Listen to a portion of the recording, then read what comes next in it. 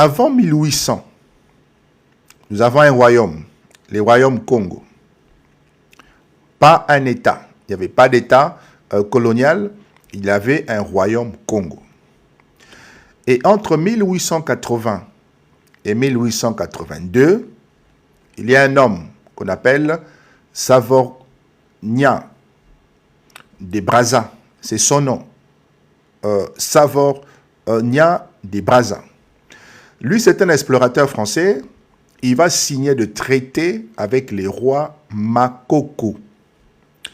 Le territoire où ces personnes vont signer des traités, il signe le traité, évidemment, au Congo, le Congo français. Et donc, forcément, ici, les royaumes Congo est décomposé, puisque l'explorateur signe les traités non avec les Congo, royaume Congo, mais le signe avec un autre. Donc, les royaumes Congo étaient déjà dispersés par la guerre, etc. Et donc, nous comprenons que le Congo est déjà décomposé avec deux guerres et chaque territoire fédéré tire son plan. Kimpavita, que vous connaissez, avait tenté de réconcilier et de recoller les morceaux, mais elle a fini tout simplement martyre. Elle n'y est pas parvenue. Et donc, en 1885, la conférence de Berlin, le roi Léopold II obtient un territoire personnel à lui, qui va appeler l'État indépendant du Congo. Et donc, les futures républiques démocratiques du Congo. Et en 1808, l'État devient Congo belge. La République État indépendant du Congo devient Congo belge.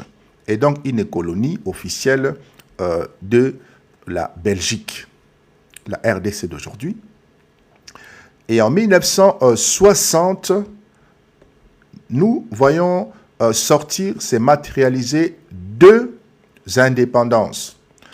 Et donc, le 30 juin, le Congo belge devient la République du Congo.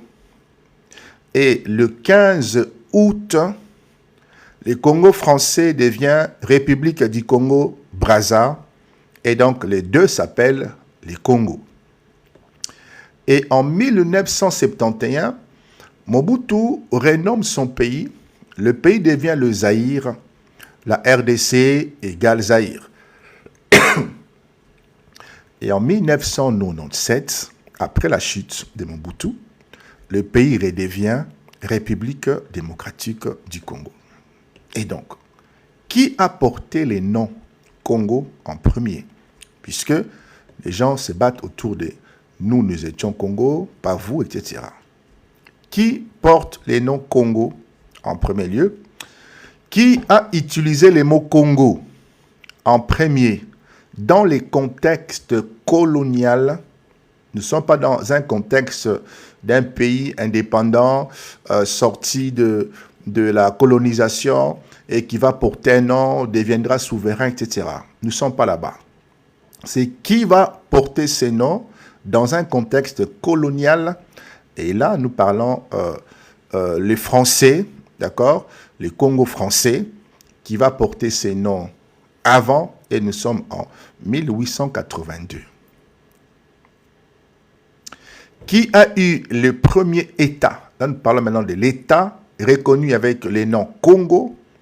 Là, nous avons évidemment Léopold II, l'État indépendant du Congo en 1885. OK? Et donc, qui a la plus grande partie du royaume Congo historique? La plus grande partie du royaume Congo historique, ici, c'est la RDC. Environ 60% du territoire ancien du royaume Congo. Et donc, si on pose la question clairement, donc qui a la plus grande légitimité symbolique du mot Congo? La plus grande légitimité symbolique du mot Congo historiquement, vous avez évidemment la RDC, plus l'Angola et un peu Brazzaville. Et donc, la RDC ou Congo-Brazza, qui est le plus grand, puisque nous voulons apporter de la lumière là où se trouve le ténèbre. Nous voulons apporter une certaine lumière. D'accord? Pas se disputer, juste de vérité historique ou de vérité scientifique. Alors, en termes superficie, vous avez ici 2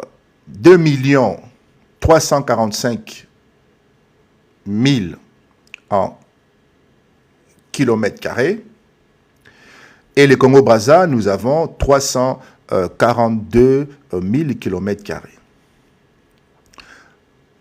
Et donc, la population en 2025, nous sommes à 120 millions. OK? Et la population actuellement, nous sommes à 6 millions au Congo-Brazza.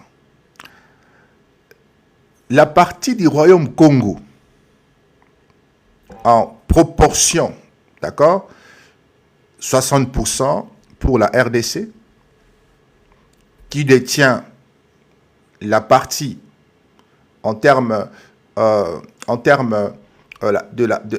superficiques. La plus grande partie revient en RDC et le Brazzaville obtient 10% seulement. Et la partie du fleuve Congo, d'accord, vous avez 70% du bassin du fleuve qui revient aux Congolais, 70%. Et du côté du Brazza, Congo-Brazza, 3 à 5%, d'accord, du fleuve Congo. Le fleuve Congo, à qui appartient-il vraiment? À qui appartient le fleuve Congo? Et donc, la longueur totale de ce fleuve est de 4700 km. C'est la deuxième fleuve mondial après l'Amazonie. Il traverse principalement la RDC, puis sert des frontières avec les Congo-Brazza et un peu l'Angola au niveau des Cabinda. En termes de pourcentage du fleuve par pays, d'accord, nous avons en RDC, 70% de ces fleuves se trouvent en RDC et le Congo-Brazzaville, environ 5%, uniquement la frontière face à Kinshasa. Et puis, les restes, vous avez l'Angola, vous avez le Rwanda, vous avez le Centrafrique et d'autres pays notamment. Donc, Brazzaville est sur le fleuve, mais le fleuve vit, prend naissance, traverse et meurt en RDC. Comme nous le disons, Brazzaville boit l'eau du fleuve, mais le cœur du fleuve bat en RDC. Alors, quel Congo a changé le monde, industriellement parlant? La réponse est très claire. Les Congo de Léopold II, de Mobutu, la RDC aujourd'hui, par des ressources du Congo qui ont transformé le monde entier. Le monde. Ne parlons pas de la région, mais il s'agit du monde entier, la planète. En termes de ressources, vous avez les caoutchoucs au niveau de la forêt équatoriale entre 1880 et 1910. Importance mondiale, vous avez des pneus, des câbles, des voitures. Nous sommes dans la révolution industrielle et automobile. Ça veut dire que sans les caoutchoucs, sans les forêts, il n'y aurait pas eu de pneus, il n'y aurait pas eu de voitures. La question c'est, quel Congo a changé le monde industriel? C'est ça la question. Et en 1900, entre 1900 et 1950, les cuivres appareils du Katanga, vous avez le télégramme, vous avez l'électricité et puis la guerre mondiale. Entre 1945, il y a l'uranium qui intervient de Shinkolebwe.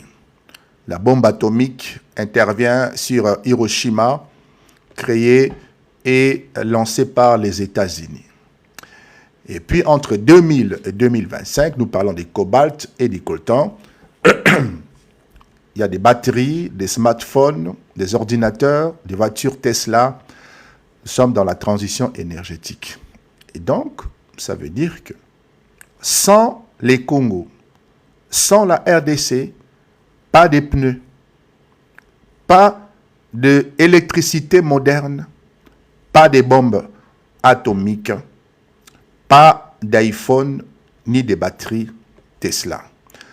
Résumé à retenir, le mot Congo est africain. Ce mot n'est pas belge, ce mot n'est pas français. Il vient du royaume Congo. Les Français utilisent le mot Congo dans leurs textes de 1882, parlant du Congo français, donc Congo du Brazza. Léopold II crée ensuite le premier État indépendant du Congo en 1885, reconnu à Berlin. Et la RDC est 7 fois plus grand que le Congo-Brazzaville et détient la majorité ou la majeure partie du royaume Congo et du fleuve. Le Congo qui a changé le monde, c'est la RDC, grâce à ses ressources, caoutchouc, cuivre, uranium, cobalt et coltan. Les amis, nous descendons maintenant à l'échelle suivante. Nous avons 2 Congos, 2 départs différents. 2 Congos, 2 départs différents.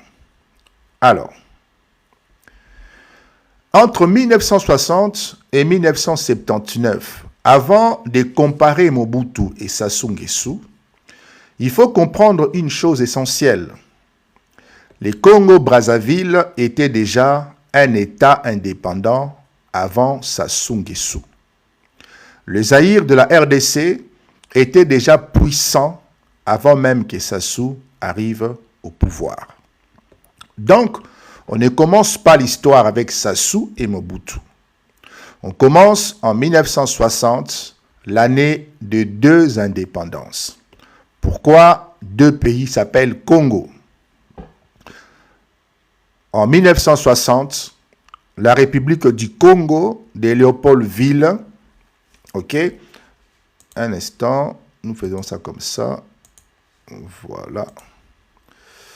Et donc, en 1960, vous avez la République du Congo de Léopold II, non officielle, c'est-à-dire Congo belge, c'est le futur Zaïre, ancienne colonie, la Belgique. Et donc, les amis, et puis vous avez la République du Congo, Brazzaville, en deuxième position, Congo français, donc la France. Pourquoi les 2 pays prennent le même nom, Congo? Ça, c'est la bonne question. Parce qu'ils héritent du nom du royaume Congo, un ancien empire africain du 14e au 19e siècle qui couvrait 1. le Bas-Congo, la RDC, 2. le nord de l'Angola, 3. l'ouest du Congo-Brazzaville, 4. et une partie du Gabon. Et donc, ces 4 territoires faisaient partie du grand royaume Congo. Donc, ici, les amis, les 2 États modernes héritent du même nom historique. Mais la plus grande partie du territoire du Congo ou du royaume Congo est aujourd'hui en RDC, dans les Bas-Congo, le Congo central. OK? Et donc, les amis, les Congo-Brazza, avant Sassou, vous avez 3 présidents, avant évidemment le président Sassou Nguesso, puisque nous ne pouvons pas commencer à mettre les deux pays en perspective au moment où Sassou arrive. Non, Sassou est venu bien après et bien après. Vous avez d'abord Fulbert Youlou. Entre 1960 et 1963, il est pro-français, il est chrétien et le pays est instable. Il est chassé par la révolution, ce qu'on appelait autrefois les Trois Glorieuses. Il est resté que 3 ans au pouvoir. Et après lui, vous avez Alphonse Massamba Deba. Et lui va rester de 1963 à 1968. C'est un socialiste proche de l'URSS. Et donc, il va créer un parti unique. Il y aura des tensions avec l'armée. Et puis, en 1968 à 77, c'est Maria Ngouabi. Il est aussi marxiste, léniniste. Il va créer la République populaire du Congo. Et après lui, c'est le chaos. En 1977, 1979, il est assassiné par un coup d'État. C'est ici que Sassou Nguesso entre, mais pas encore président. Donc, avant Sassou Nguesso, Brazzaville est instable, idéologiquement proche de l'URSS et économiquement pauvre, ça veut dire affaibli. Alors que de l'autre côté, nous avons Mobutu, un certain Mobutu, et donc avant Mobutu, c'est les chaos aussi, l'armée, les pouvoirs, etc. Le 30 juin 1960, c'est l'indépendance, Patrice Lumumba et Joseph Kasavubu, il était le président. D'accord? En 1960 à 63, c'est une crise dont nous avons déjà eu à parler ici. Dans sécession du Katanga, assassinat de Lumumba, ONU intervient. Et en 1965, Mobutu devient le chef de l'armée, fait un coup d'État et prend le pouvoir. Donc, Mobutu arrive au pouvoir 14 ans avant Sassou Nguesso. Il transforme le pays en Zaïre en 1971 et s'impose comme un géant africain.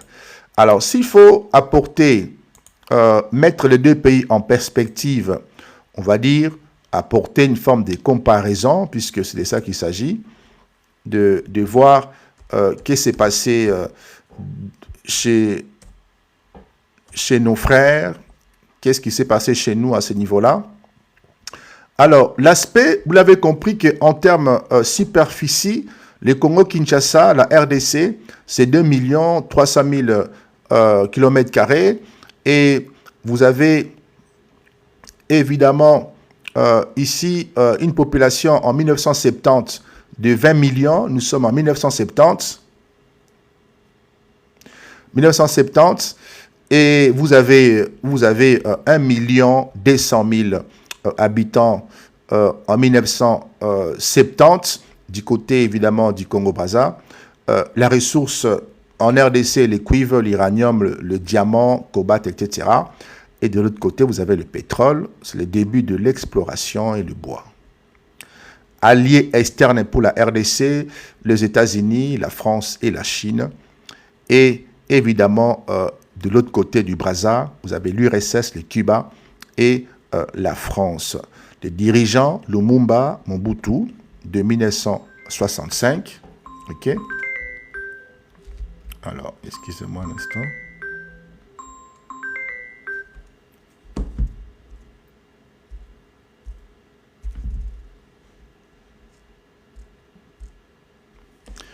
Ok, mon ami, Nazongeli Bangoli Susute, c'est l'actualité, c'est l'histoire.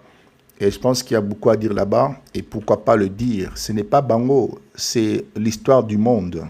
Ce n'est pas l'histoire d'un pays, c'est l'histoire du monde parce que nous sommes dans un grand village.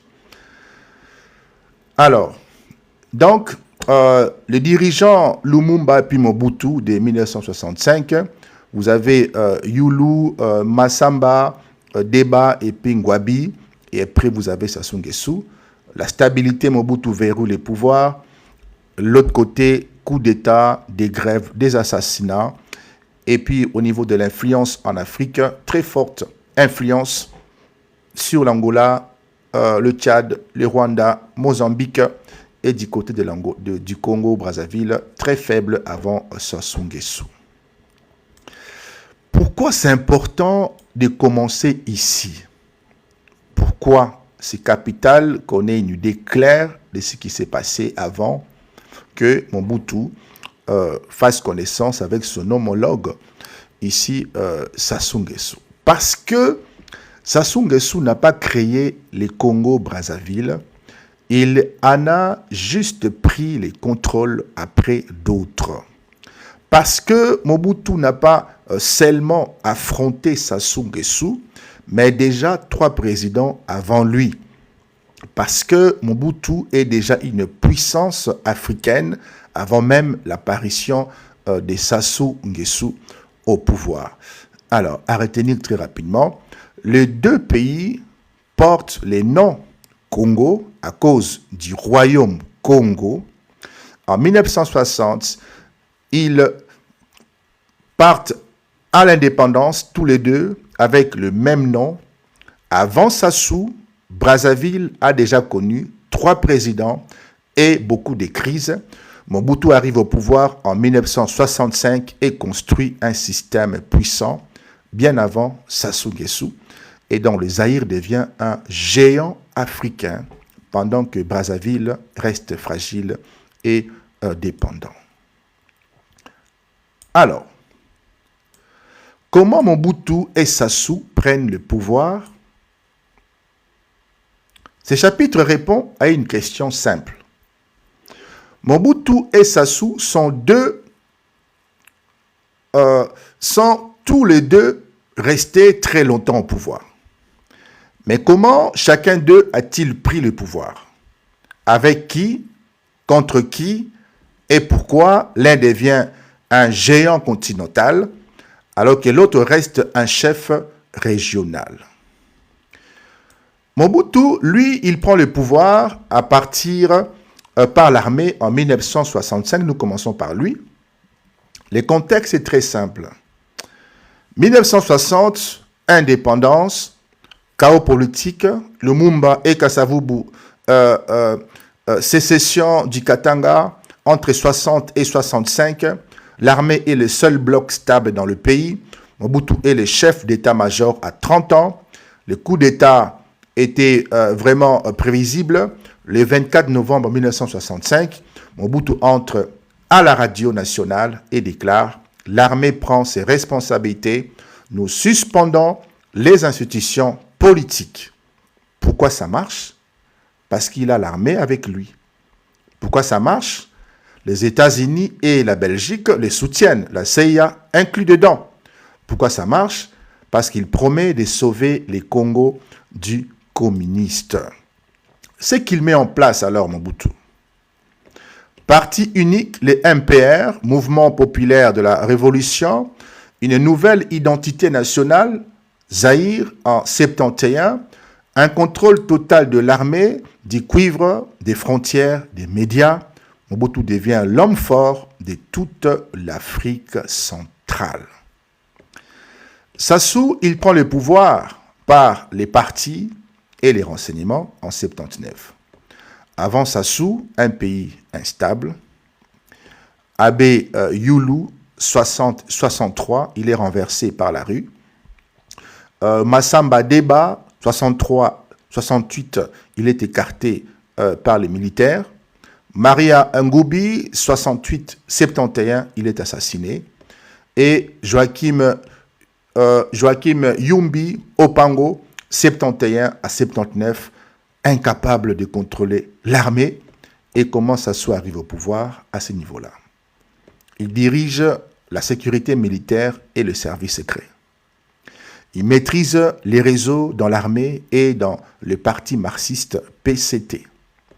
Il écarte officiellement Yumbi Opango et prend la présidence le 5 février 1979. Ses soutiens ici, IRSS et Cuba, idéologie marxiste. La France discrètement les soutient à cause du pétrole. Et son clan du Nord, les Mboshi, les soutient, ils sont derrière lui. Sassou devient président, mais pas sauveur du pays. Il devient d'abord un gestionnaire de régime. Mobutu et Sassou, deux chemins différents qui se profilent. Voyons voir un peu ces deux chemins, parce qu'il nous faut avancer. D'accord, les amis, ne vous frustrez pas, nous racontons l'histoire. Ce n'est pas de la philosophie. C'est juste que nous retraçons, d'accord, l'histoire de deux pays qui portent le même nom et qui partagent la même fleuve. Le même fleuve. Les amis, Mobutu au pouvoir par coup d'état militaire, prise des contrôles du parti armé, etc. du côté de Sassou Nguesso. Coup d'état militaire, Sassou, prise des contrôles du parti par l'armée. 65 pour Mobutu, 79 pour Sassou Nguesso. Les soutiens étrangers, États-Unis, Belgique, la France pour Mobutu, l'IRSS, Cuba, puis la France pour Sassou Nguesso. Idéologie affichée anticommuniste et nationalisme pour Mobutu, socialisme marxiste puis pragmatique du côté de Sassou. Style de pouvoir, empire personnel, culte du chef pour Mobutu. Du côté de Sassou, pouvoir des réseaux, clan du Nord. La taille du pays, 2 300 000 km². Du côté de Sassou, 342 000 km². La vision internationale, Mobutu veut être le chef de l'Afrique et Sassou, lui, il veut garder le pouvoir, il ne veut pas briller. Et donc, pourquoi Mobutu devient un géant et Sassou un survivant? Ce que Mobutu a, que Sassou n'a pas au départ, c'est un territoire immense de minerais stratégiques, des uraniums pour la bombe atomique américaine, du cuivre pour les industries mondiales. Une armée forte, formée par les Belges et les Américains, l'appui total des États-Unis à cause de la guerre froide, c'est que Sassou a moins de pression internationale, du pétrole facile à contrôler, Elf, Total et la France. Un pays petit est égal à plus facile à surveiller. La capacité de partir et de revenir plus tard, c'est que Sassou lui détenait. Et donc, en résumé, ici, Mobutu prend le pouvoir par l'armée, soutenu par les États-Unis, et transforme les Congo en Zaïre, puis en empire africain. Sassou prend le pouvoir plus tard par le service secret et les partis communistes dans un petit pays déjà affaibli. Mobutu cherche la grandeur africaine, Sassou cherche la longévité. Les amis, Mobutu et Sassou, deux diplomaties, deux styles de puissance. Mobutu a joué avec les grandes puissances mondiales. Il a joué avec les États-Unis, l'URSS et la Chine. Sassou, lui, a joué avec les puissances régionales. La France, l'Angola, le pétrole et les services secrets. L'un parlait à Washington, à Pékin et à Paris. L'autre parlait à Paris, à Luanda, avec Elf et au parti congolais. Mobutu, les non-alignés, très actifs, amis de tous, soumis à personne. Nous sommes dans la guerre froide, simplifiée, monde divisé entre les États-Unis et Europe, égal capitalisme et démocratie. L'URSS plus Cuba plus Chine au début pour évidemment Sassou, du communisme tout simplement. Chaque bloc voulait des alliés en Afrique. Mobutu comprend le jeu. Il s'est dit ceci. Si je suis utile, on me protégera. Donc, il choisit une doctrine non-alignement actif. Je parle à tout le monde, mais je n'appartiens à personne. Ces trois cartes diplomatiques sont les suivants. Nous parlons ici des trois cartes diplomatiques. Il a ici les États-Unis et l'Europe. La CIA au Congo, visite chez Nixon en 70, armes, argent, et donc il reçoit la protection et la légitimité internationale. La carte ici, la Chine de Mao, Mobutu va visiter la Chine en 73, il a des accords symboliques, objectif c'est de montrer qu'il est indépendant, il est non aligné, il n'appartient à personne. L'image au niveau africain, un exemple que vous pouvez vous-même retrouver ça dans vos recherches, il met en place des conférences africaines, accueille Youssine Abré du Tchad, Holdin Roberto de l'Angola. Objectif, c'est d'imposer un leadership africain incontournable. En termes de la diplomatie, des symboles, soft power, vous avez deux éléments qu'il faut considérer à ne pas négliger ici. Les amis, vous avez le Congo-Zaïre en 71. Nous tournons la page coloniale, puisqu'il y a changement de nom. Léopoldville est devenu Kinshasa, Stanleyville est devenu Kisangani, et là nous sommes dans la fierté africaine, nous avons repris les choses en main. Et puis le combat de Ali Foreman à Kinshasa en 1974, le message qui est envoyé par le Zaïre, le monde vient en Afrique noire. Et puis des festivals culturels, art et la musique, le message envoyé au monde, le Zaïre égale la capitale culturelle africaine et non la capitale culturelle zaïroise. Donc Mobutu visait l'Afrique et d'autres visaient plutôt la dimension nationale. Les amis, nous avançons calmement au niveau de la diplomatie du terrain. Il règle des crises africaines. En d'autres termes, au Tchad, le rôle de Mobutu, il est le médiateur entre la France et Kadhafi. Angola, Mobutu soutient le FNLA plus UNITA contre le communisme du MPLA. Rwanda, Burundi, le rôle de Mobutu, il accueille les chefs d'État à Gbadolik. Du côté de l'Afrique australe, Mobutu soutient la lutte anti-apartheid tout en parlant avec Pretoria.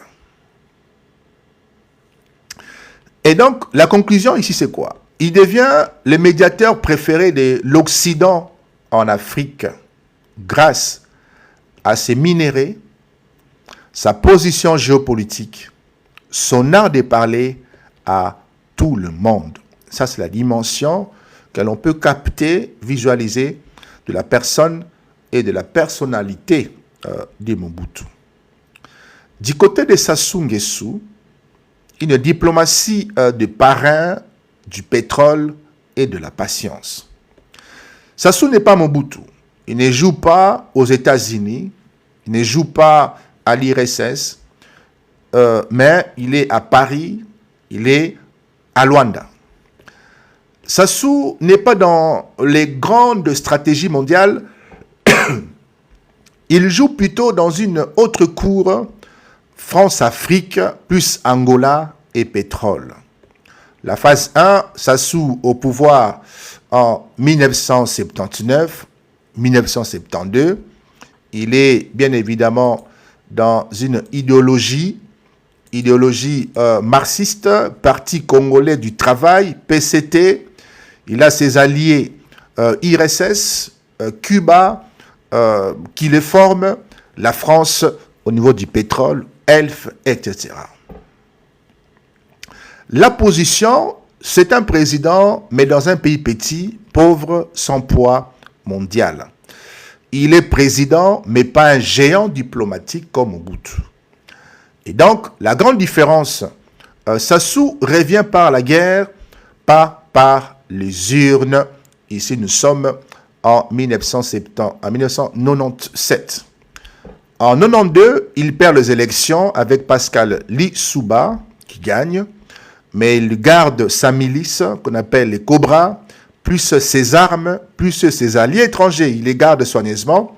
Et puis, en 97, il y a la guerre civile qui éclate. L'Angola intervient. Nous avons vu ça, je pense, avant-hier.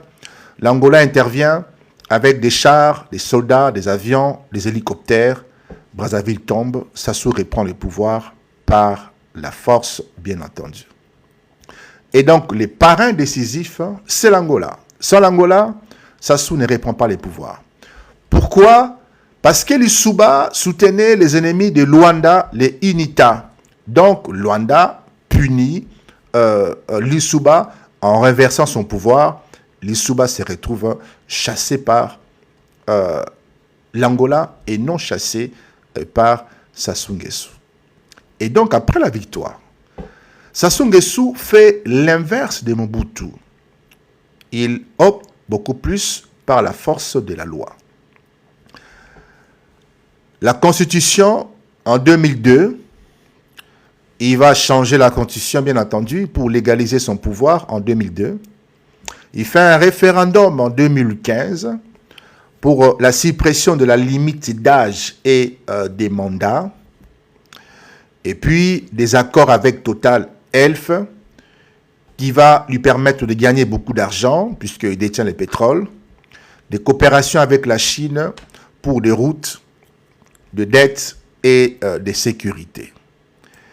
Et donc, il comprend, la force te donne le pouvoir, mais la loi te permet de garder le pouvoir. En diplomatie actuelle de Sassou, le vieux sage est discret, il n'est pas la star des sommets internationaux comme Mobutu, mais il est utile dans des médiations en Centrafrique, la RDC parfois, Congo, Gabon, dans la sécurisation du pétrole pour la France, des discussions sur les climats, forêts du bassin du Congo. C'est une diplomatie silencieuse, mais rentable. Les tableaux finaux, Mobutu et Sassou Nguesso en termes de diplomatie. Pour passer évidemment à l'autre chapitre. En termes de jeu diplomatique, Mobutu, c'est le monde. Les États-Unis, URSS, la Chine. Il joue dans la cour des grands. C'est le monde. Il influence le monde. Au niveau de la diplomatie, au niveau de Sassou, c'est régional. Un peu la France pour le pétrole, l'Angola, un peu la Chine. Sa doctrine de Mobutu, c'est un non-aligné. Il est actif, il parle à tous, à tout le monde. Lui, c'est un homme libre. Du côté de Sassou Nguesso, il est dans le pétrole, forcément il est dans le pétrole, la diplomatie, plus France-Afrique. Au niveau des moyens principaux, l'image pour Mobutu, il tient à son image, au symbole, à l'armée régionale. Et du côté des Sassou, c'est le pétrole, c'est le service secret et des parrains dont en première liste, vous avez l'Angola. Et toujours en termes de critères, l'outil de prestige du côté de Mobutu, c'est Ali Foreman, c'est l'authenticité et donc la réalité africaine. Et du côté des Sassou, en termes d'outils de prestige, il est dans le pétrole, dans la survie et dans les médiations. Le résultat, c'est que Mobutu était une icône mondiale, mais il va chuter violemment. Et Sassou est jamais une star mondiale, mais reste au pouvoir. La question qu'on peut se poser avant de basculer, pour souffler un peu, respirer, voir un peu d'autres éléments, pour respirer, est-ce que Félix Tshisekedi peut être comme Mobutu sur le plan d'influence mondiale? Ou est-ce qu'un prochain Sassou peut être un prochain un prochain puissant en termes de la diplomatie et de la puissance mondiale. La question d'abord, on va commencer par Félix. Pour répondre facilement, nous disons oui, il le peut, il y a un potentiel, mais avec des différences majeures quand même. Il y a le contexte mondial. Mobutu hier, il y avait la guerre froide, les États-Unis contre l'URSS, et donc on avait besoin d'un allié militaire africain pour contrer l'hégémonie ou les avancées de l'URSS en Afrique.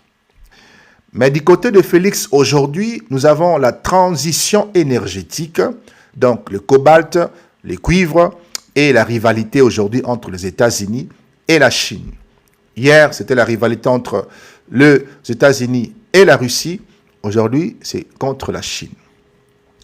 Et la position de la RDC, un pivot militaire, plus anticommuniste hier pour Mobutu, et aujourd'hui c'est un pivot minier, plus cobalt, énergie verte, etc., etc. En termes de personnalité de la personne, Mobutu, une personne autoritaire, charismatique, théâtrale, quelqu'un qui sait se mettre en avant. Du côté de Félix, il reste diplomatique, il est calme, plus institutionnel. Du côté de l'image extérieure, Mobutu hier, un léopard, un homme fort, indispensable. Du côté de Félix aujourd'hui, c'est un partenaire, un négociateur, pas encore une figure mythique. Et des soutiens extérieurs, du côté de Mobutu, vous l'avez compris, les États-Unis, la France, la Chine. Et du côté de Félix, aujourd'hui, nous avons les États-Unis, l'Union européenne et la SADC. Et la limite de Mobutu, il chute brutalement après 1991. Et du côté de Félix, encore fragile parce qu'à l'Est, le pays est en discussion, la guerre, etc.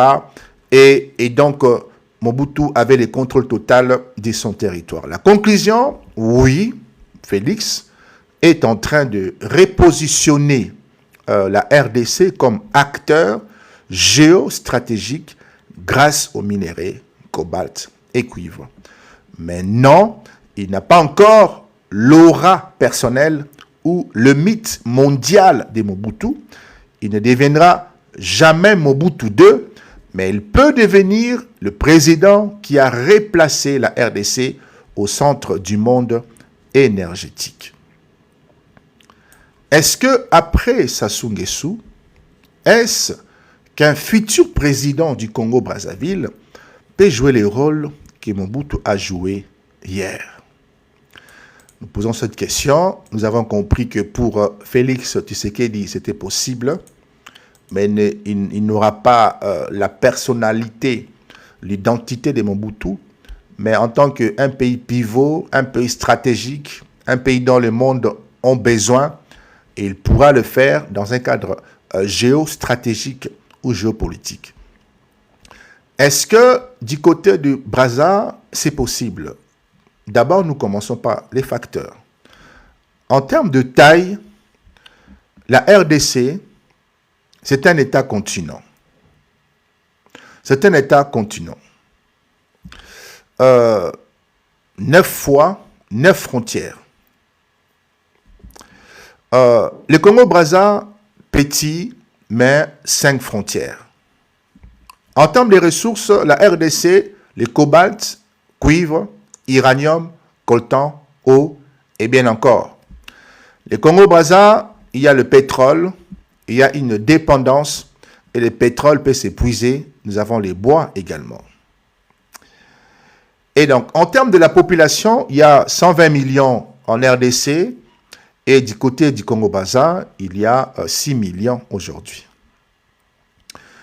En termes de l'influence régionale, du côté de la RDC, autrefois, il y avait les rôles joués en Angola, au Rwanda, au Tchad, au Mozambique. Donc, c'était l'influence régionale avec Mobutu. Et du côté du Congo-Brazza, l'influence est limitée, dépend de l'Angola et de la France. L'armée, du côté du Zaïre, autrefois potentiellement puissant en reconstruction, nous sommes en train d'étendre vers cette puissance. Du côté des Congo-Brazzaville, petite, dépendante des alliances extérieures. Alors, en termes de la superficie, en termes de la force au niveau du fleuve, Congo, RDC à 90% du fleuve Congo et 10% dépend des ports de la RDC du côté Congo-Brazza, 10% du côté Congo, 90%. Alors, en conclusion, objectivement, les Congo-Brazzaville n'a pas la taille, ni la population, n'a pas le fleuve, le minerai, ni la profondeur stratégique pour devenir une puissance comme le Zaïre de Mobutu. Il peut rester un État pivot dans la France-Afrique et les golfes de Guinée, pétrole plus stabilité, mais pas une puissance ou une superpuissance continentale. Ça, c'est impossible. La question qu'on peut poser encore. Est-ce que l'effet Mobutu peut revenir un jour en Afrique centrale? Est-ce qu'un Mobutu peut revenir un jour en Afrique centrale? Alors, la question est oui. Nous répondons par oui, mais seulement si ces 4 conditions sont réunies. Les 4 conditions. 1. Un pays. Il faut que le pays soit immense et stratégique. Parmi les 4 conditions, la RDC répond oui. Deuxième condition, il faut un leader charismatique plus stratégique, comme Sankara, Mobutu ou comme un certain Kagame. Et donc, vous avez également, messieurs, ici au niveau de Burkina Faso. Et donc, là, nous ne sommes pas encore là. Mais il y a quelque chose qui se prépare en gestation. Troisième élément nécessaire pour tendre évidemment à cette grandeur, une haute unité internationale. Hier, anticommunisme. Aujourd'hui, nous avons le cobalt, l'énergie et les climats. 4e position. La 4e position, un État fort à l'intérieur, armée puissante et l'institution qui fonctionne. Alors, aujourd'hui, seul un président de la RDC pourrait atteindre ces rôles un jour. Aujourd'hui, c'est la RDC qui pourrait atteindre cette hauteur. Ça demande quoi? Sécuriser totalement l'Est, réformer l'armée, contrôler les minéraux, avoir un discours africain et mondial fort et non un discours national. Donc Félix Tshisekedi est sur ce chemin, mais il y a encore des pas à faire. La réponse simple pour notre question, est-ce que Félix peut jouer le rôle mondial qu'avait joué Mobutu autrefois? La réponse est pas encore, mais il est le seul en Afrique centrale qui a les potentiels stratégiques pour le faire. Est-ce qu'un président après Sassou Nguesso peut devenir le Mobutu de Brazzaville? La réponse est non. Le Congo-Brazzaville n'a pas les poids géographiques, n'a pas le poids démographique ou minier pour jouer ce rôle-là un jour. Et donc, nous parlons de l'armée, nous parlons de milices, nous parlons des aérobies, nous parlons aussi des interventions. Mobutu et Sassou Nguesso, qui a vraiment pesé militairement? Mobutu du Zaïre, une grande armée, des élites, très fidèles, mais dans l'inégalité quelque part, si nous voulons rester pragmatiques et cohérents. La structure simple, nous sommes dans le niveau terminal. Nous avons ici la force armée zaïroise, donc armée régulière, qui est nombreux, mais inégale selon les régions. Et puis, la DSP, division spéciale présidentielle, la garde d'élite, mieux payée, mieux équipée directement. Et donc, la DSP était loyale à Mobutu. Les renseignements, au niveau de la présidence, les services spéciaux pour surveiller les officiers et surveiller les opposants également. Alors, intervention majeure. Nous avons le Chaba 1 en 77. Des ex-gendarmes katangais envahissent le Chaba, le Katanga. Il y a un soutien extérieur directement. Les ponts aériens se mettent en place et des troupes alliées. Vous avez le Maroc qui intervient, puis la France. Le message clair de Mobutu. Mobutu montre qu'il peut appeler très rapidement ses alliés et ses alliés peuvent intervenir comme le fait aujourd'hui Israël, qu'on peut le faire la France, qu'on peut le faire d'autres pays. Donc la force, ce n'est pas toi-même. La force, c'est aussi avoir des alliés. Et puis le Chaba 2 et Kolwezi en mai 1978. Nouvelle incursion, des Européens sont pris en otage à Kolwezi.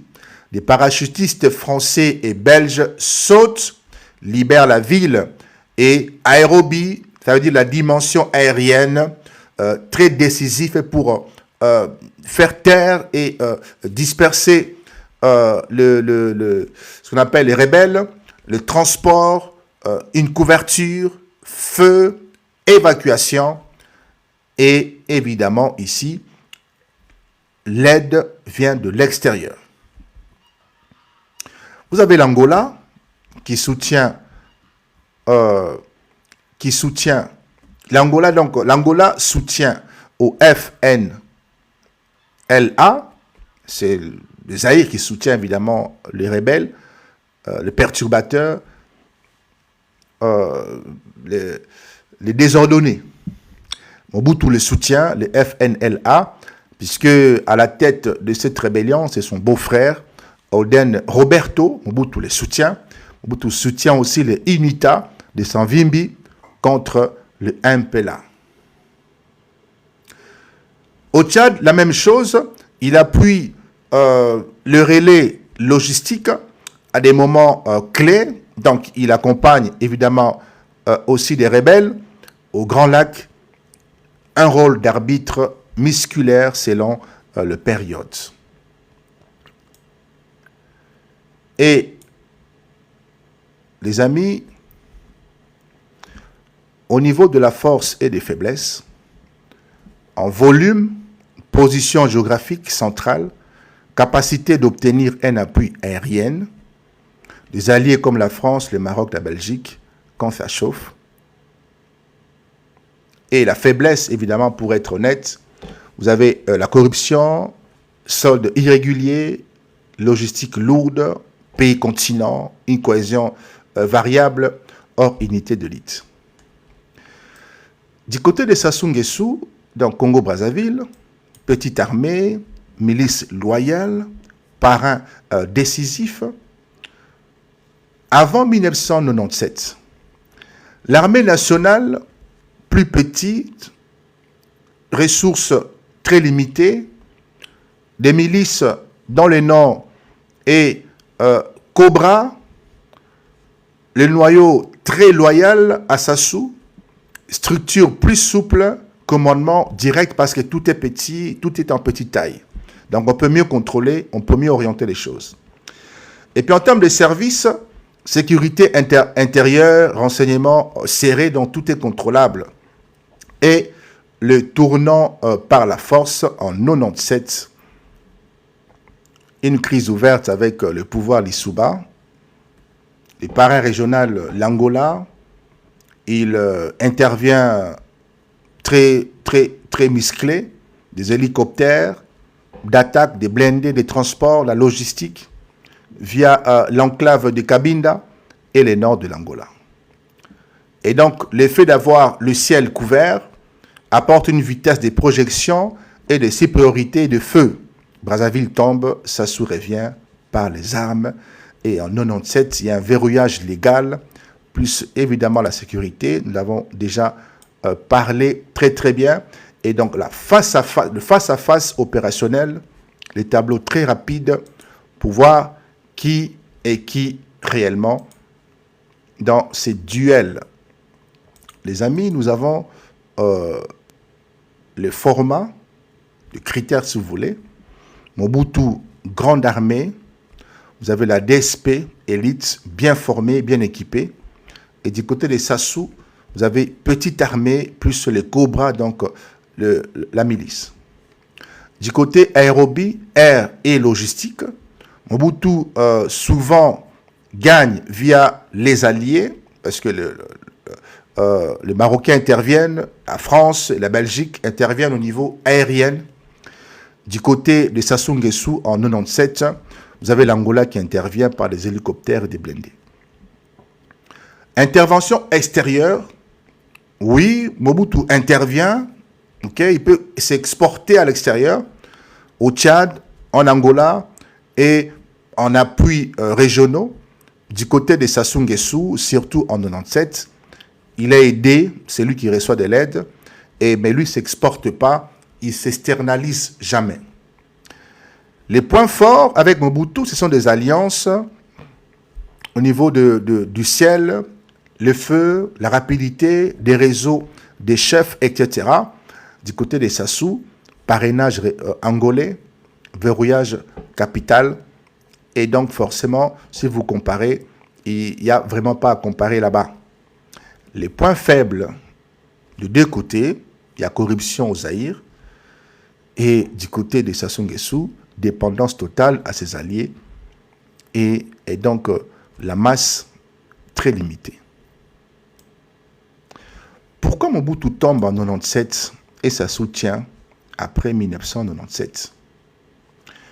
Mobutu, Front Est, Alliance AFDL, pour ne pas trop rentrer dans les détails, Rwanda, l'Ouganda, plus appui de l'Angola contre lui. En termes de la logistique, pays trop vaste pour tenir partout à la fois. Et en termes de cohésion, hors DSP, c'était trop lourd pour eux. C'était pas beaucoup. 4 000 à 5 000. Devant vous, vous avez 15 à 25 000 unités. Et donc, vous n'allez pas tenir.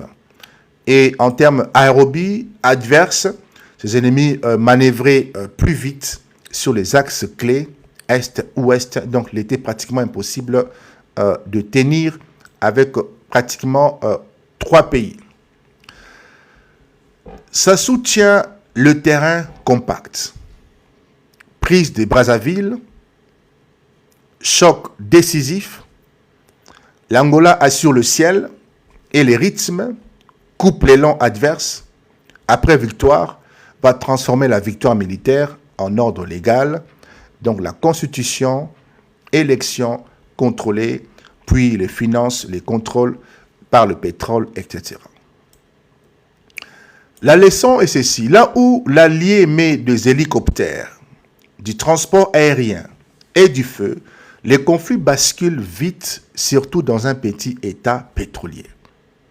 Dans un État continent minier, sans cohésion interne, ni ciel ami, la défense s'épuise. Si vous n'avez pas le ciel, si vous ne contrôlez pas, aujourd'hui, des drones circulent sur le ciel de l'Est. Vous voyez maintenant que ça commence à basculer, ça commence évidemment à faire reculer l'ennemi. En résumé, très rapidement, Mobutu avait une grande armée et une garde d'élite. Il a souvent gagné grâce à l'aide aérienne alliée. Nous parlons ici de Kolwezi. Mais son pays immense et la défection de certains l'ont fragilisé. En 96-97, une coalition régionale a avancé plus vite que lui il chute malheureusement. Sassou, lui, a une petite armée, mais une milice très loyale. En 97, l'Angola lui offre les hélicoptères, des blindés, la logistique. Brazzaville tombe. Il transforme la victoire armée en ordre légal et change la constitution. Le pétrole paye la sécurité et les fidélités. Aérobie égale les facteurs cachés, donc le ciel, la vitesse et le feu. Grand pays sans cohésion, vulnérabilité. Petit pays avec parrain, verrouillage. Voilà pourquoi Mobutu tombe et Sassou dure jusqu'aujourd'hui. Et puis vous avez l'argent du pouvoir, des mines du côté de Mobutu et le pétrole du côté de Sassou. Ce chapitre répond à une question simple. Pourquoi Mobutu a perdu et Sassou est resté? Parce que l'argent qui soutient leur pouvoir n'était pas le même, ni dans la forme, ni dans la circulation, ni dans sa capacité à acheter la paix. En d'autres termes, Mobutu est un empire minier, mais instable. D'où vient l'argent de Mobutu? Principalement de mines de cuivre, cobalt, uranium, coltan, exploitées par la Gécamine, générale des carrières et des mines, basée au Katanga, la Miba, les diamants Ambujimai, des sociétés étrangères, des Belges, des Américains, des Français et Israéliens. Mais attention, ces richesses sont éparpillées dans tous les pays. État continent, vous l'avez compris. Katanga, Kasai, Maniema, Kivu, est donc difficile à contrôler complètement depuis Kinshasa.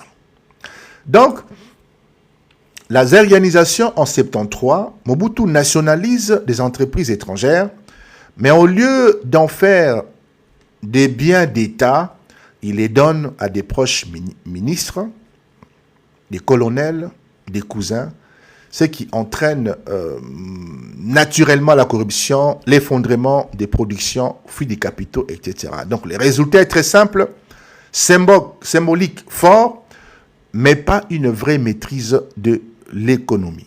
Ça, ce sont les faiblesses. Vous voyez, les faiblesses, il n'en manque pas. Et donc, l'erreur fatale de Mobutu, nous allons en parler peut-être nous en parlerons dans une semaine, parce que je suis en train de le préparer. La vraie raison du départ de Mobutu, ou les vraies causes.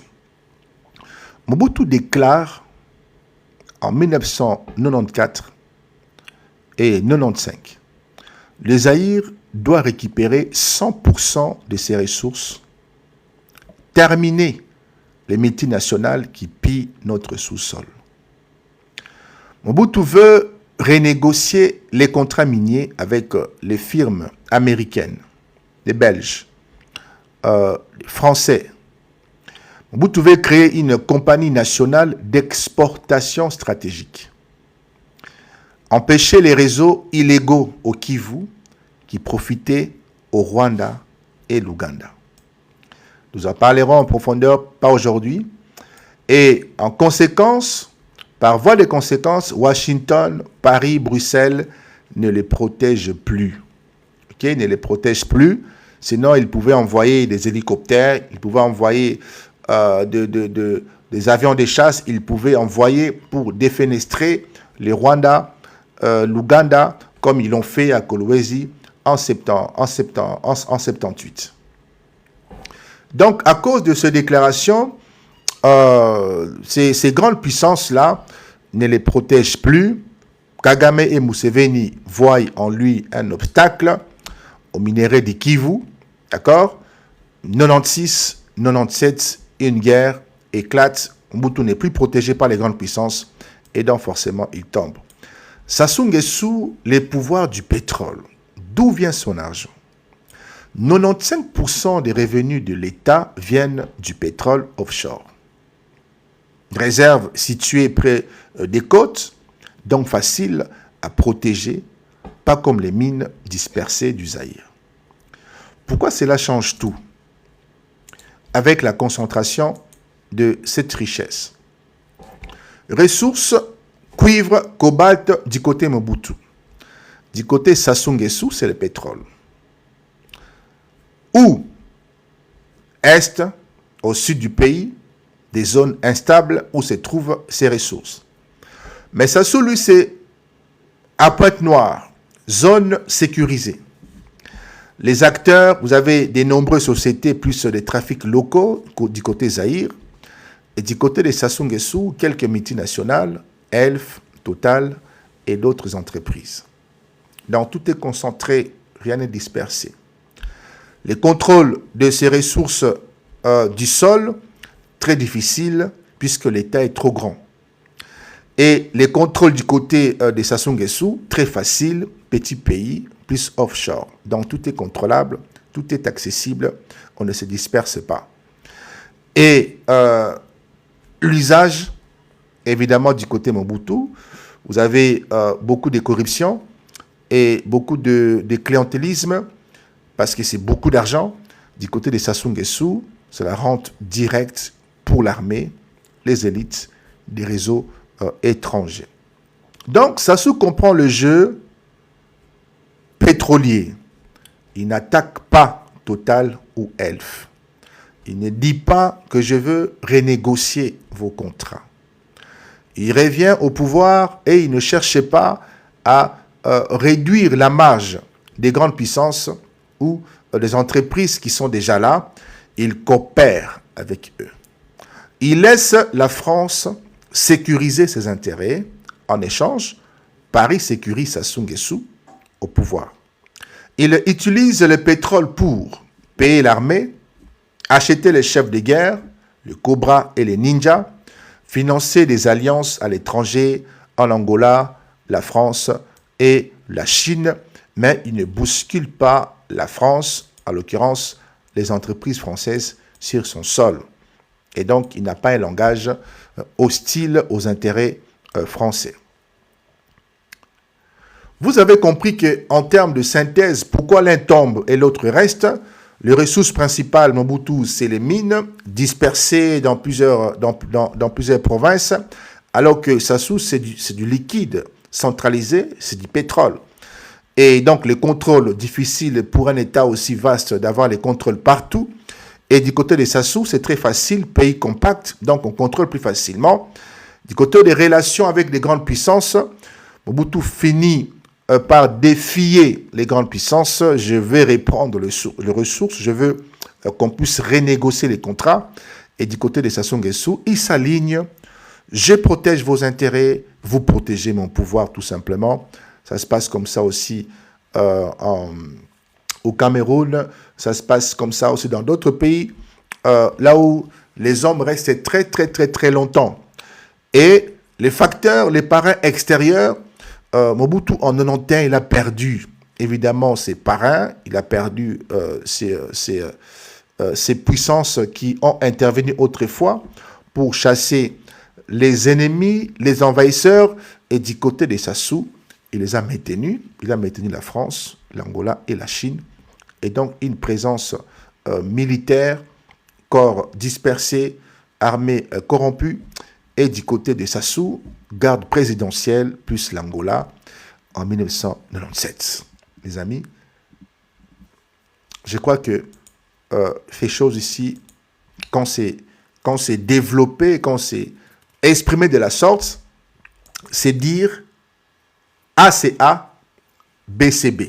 D'accord? Les côtés positifs de la RDC, les côtés positifs des Sassou, négatifs à gauche, négatifs à droite, pour qu'il y ait l'équilibre. Sinon, ça ne sera pas bon. À retenir ceci, Mobutu avait le minerai, mais pas toujours les contrôles de son sol. Il a voulu reprendre toute la richesse en voulant renégocier, comme Gbagbo a voulu aussi le faire, et comme Sankara a eu à récupérer l'entièreté de sa souveraineté, et comme Lumumba a voulu le faire aussi dans ses débuts. Et donc, lui a cherché à le faire un peu trop tard, un peu trop loin. Et donc, il est devenu dangereux pour les puissants en voulant renégocier. Et donc, Sassou, lui, avait le pétrole. plus simple pour lui, plus centralisé pour négocier, et il n'a jamais défié Elf, il n'a jamais défié Total, donc on l'a laissé faire, il est resté au pouvoir jusqu'à maintenant. Alors le chapitre 6 parle de la culture, de la fierté et du soft power. Mobutu et Sassou Nguesso.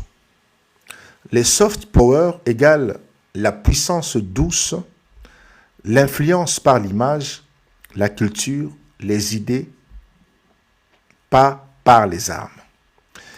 Et donc, Mobutu, son idéal, c'est faire du Zaïre une marque mondiale. Il se détermine que le Zaïre, on va l'entendre partout dans le monde. Mobutu a appris une chose simple mais puissante.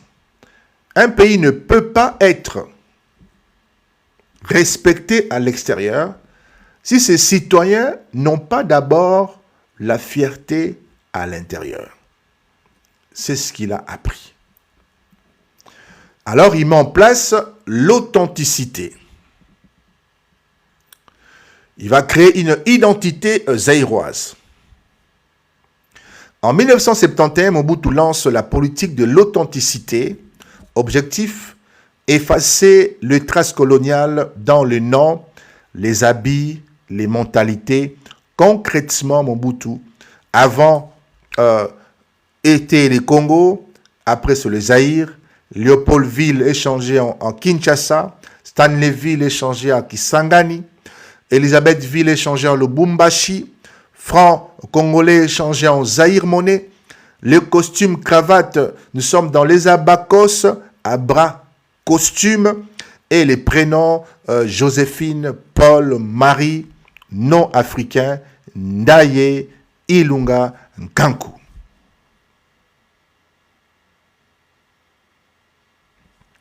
Et donc, Mobutu a imprimé une identité. Le résultat, le Zaïre devient un pays reconnaissable, fier, cohérent, même sans armée puissante. Mobutu impose un respect par les symboles. En termes de culture, c'est également une arme puissante.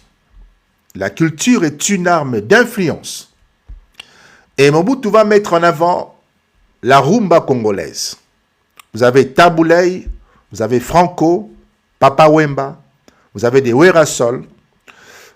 Kinshasa devient la capitale musicale de l'Afrique.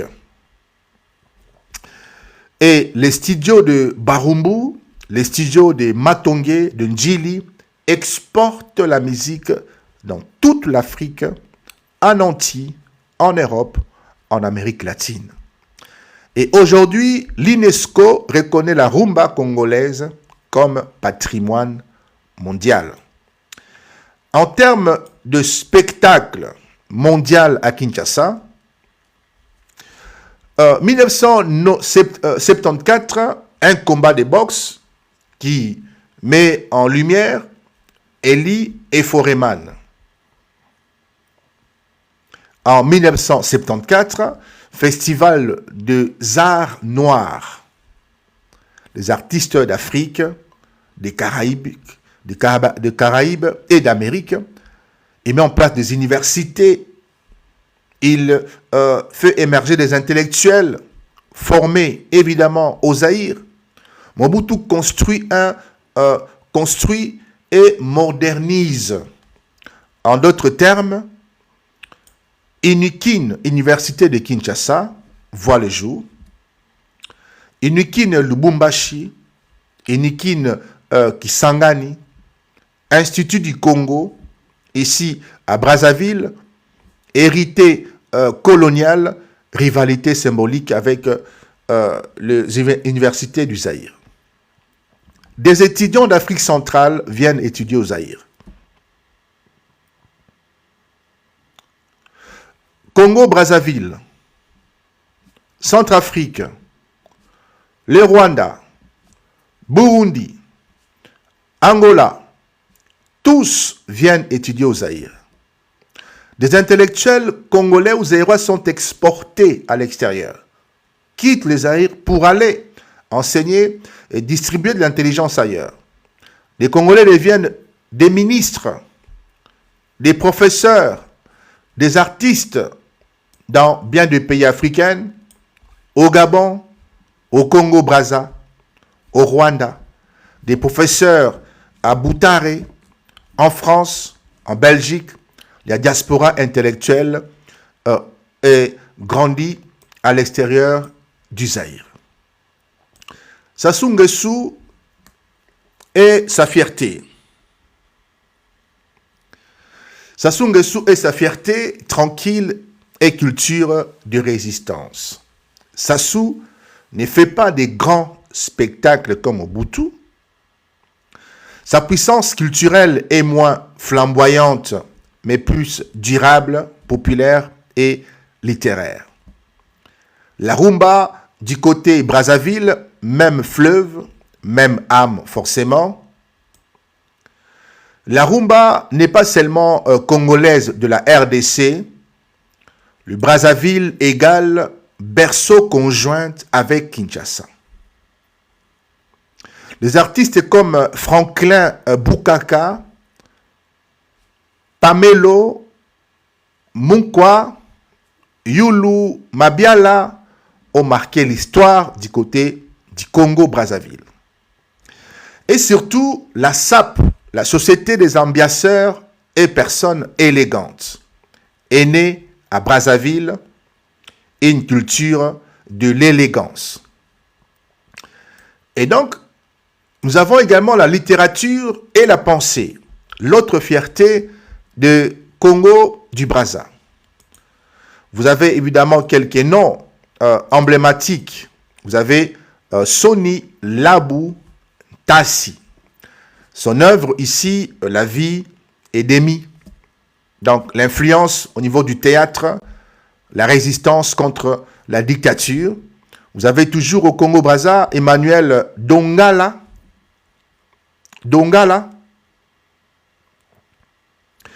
Et donc, l'œuvre produite par Dongala, la jazz et le vin de palme, il est dans la philosophie, il est dans l'Afrique moderne. Et vous avez aussi Henri Lopez, œuvre produite par Henri Lopez, Les pleurs rires. Et donc là, l'influence au niveau de l'analyse des élites africaines. Vous avez aussi Alain Mabankou, son œuvre littéraire Vers cassé, Petit piment, aujourd'hui mondialement reconnu. Les amis, Sassou laisse ses intellectuels exister chez lui, parfois les surveille, mais ne détruit pas la culture nationale. Et donc la puissance symbolique, les fleuves et la continuité. Brazzaville égale seule capitale au monde face à une autre capitale sur le même fleuve Kinshasa. Le fleuve Congo égale miroir de deux cultures sœurs, pas ennemies. Sassou se pose en gardien ici de la tradition, de la paix et de la francophonie. Nous avançons pour mieux saisir la chose. Comparativement parlant, qui gagne la bataille du soft power? En termes de l'identité, Mobutu est dans l'identité, les Zaïre, Abakos, non-africain, donc on change complètement, on s'est déconstruit pour construire une nouvelle identité, nous sommes dans l'authenticité. Et du côté du Congo, moins radical, mais continuité culturelle. Au niveau de la culture, Mobutu est dans la musique, le mode, la SAP Kinshasa, grand festival, etc. Et du côté de Sassou Nguesso, c'est la rumba Brazzaville, la littérature, la SAP originelle. Et du côté influence continentale, très forte, musique, diplomatie, image du chef. Du côté de Sassou, plus discret, mais durable, art et la francophonie. En termes de soft power mondial, vous avez Ali Foreman, Zaïre, qui est reconnu dans le monde entier, et etc., etc. Et du côté de Sassou, connu pour la sape, la rumba et ses écrivains limites, tournent parfois en propagande du côté de Mobutu et du côté de Sassou, moins de prestige, mais plus de stabilité culturelle. Alors, le Congo n'est pas votre égal. Comparez-vous au Nigeria. Bon, nous ne sommes pas en train de faire des comparaisons futiles comme vous le pensez, mon ami. Alors, en termes Institut du Congo à Brazzaville, c'est quoi exactement? Ce n'est pas Mobutu qui a créé cela. C'est une vieille institution coloniale héritée du temps où Brazzaville était la capitale de l'Afrique équatoriale française. Le nom complet, Institut français d'Afrique centrale, puis Institut d'études centrafricaines. Cet institut fut créé en 1944 à 1948 à Brazzaville par l'administrateur colonial française. C'était un centre de savoir, recherche sur l'histoire, les langues, les populations, la géographie et l'Afrique centrale. On y formait des fonctionnaires africains, des enseignants, des administrateurs coloniaux, des futurs évolués. Pourquoi? Avant l'indépendance, le Congo-Brazzaville avait déjà un centre d'études reconnu. Donc, sur le plan symbolique, Brazzaville se présente comme la capitale historique de l'intelligence coloniale en Afrique centrale et ça crée une rivalité intellectuelle avec Kinshasa, ex-Léopoldville. Allons maintenant en profondeur pour mettre en lumière ces cadres culturels au niveau intellectuel. Est-ce que le Zaïre avait aussi des universités fortes? Ben oui, nous l'avons cité, même plus important d'ailleurs. Et donc, université majeure du Zaïre, université Louvanium Inukine à Kinshasa, ancienne université catholique parmi les meilleures d'Afrique dans les années 1960 à 70. L'université de Lubumbashi formait des ingénieurs, des médecins et des juristes. L'université de Kisangani formait à la science naturelle, recherche forestière, etc. Et à Gbadolite, au nord du Zaïre, des projets de Mobutu pour former une élite dans sa ville natale. Vous avez l'académie militaire de Kananga, formation des officiers zaïrois. Ces universités formaient non seulement des Zaïrois, mais aussi des étudiants venant du Congo-Brazzaville, du Rwanda, du Burundi, du Centrafrique, de l'Angola et du Gabon. Quelques noms des intellectuels qu'on peut reconnaître et des ministres zaïrois, des ministres formés au Zaïre. D'autres pays qui ont été formés au Zaïre, bien entendu. Intellectuels zaïrois connus ayant rayonné en Afrique ou dans le monde entier. Vous avez Valentin Yves Mudimbe, un philosophe, professeur à Duke Université des États-Unis, pays où ils ont influencé des pays comme les États-Unis ou l'Europe. Vous avez aussi Mvimbi Yoka Mudimbe, anthropologue, écrivain, lui c'est la France. Malik Bowen, historien, acteur international aux États-Unis et l'Europe. Vous avez Thérèse Kapangala, juriste, prof à l'université de Lausanne en Suisse. Vous avez Jean Bosco Botaï, médecin formé au Zaïre, devenu ministre de la Santé au Congo-Brazzaville. Et vous avez Marcel Lio, prof des droits, co-rédacteur de la Constitution zaïroise, RDC et à ONU. Des ministres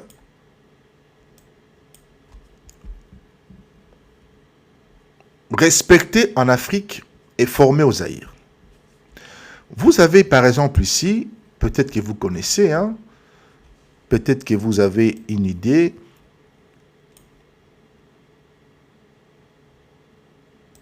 Et donc, vous avez évidemment Raymond Ramazani, ok?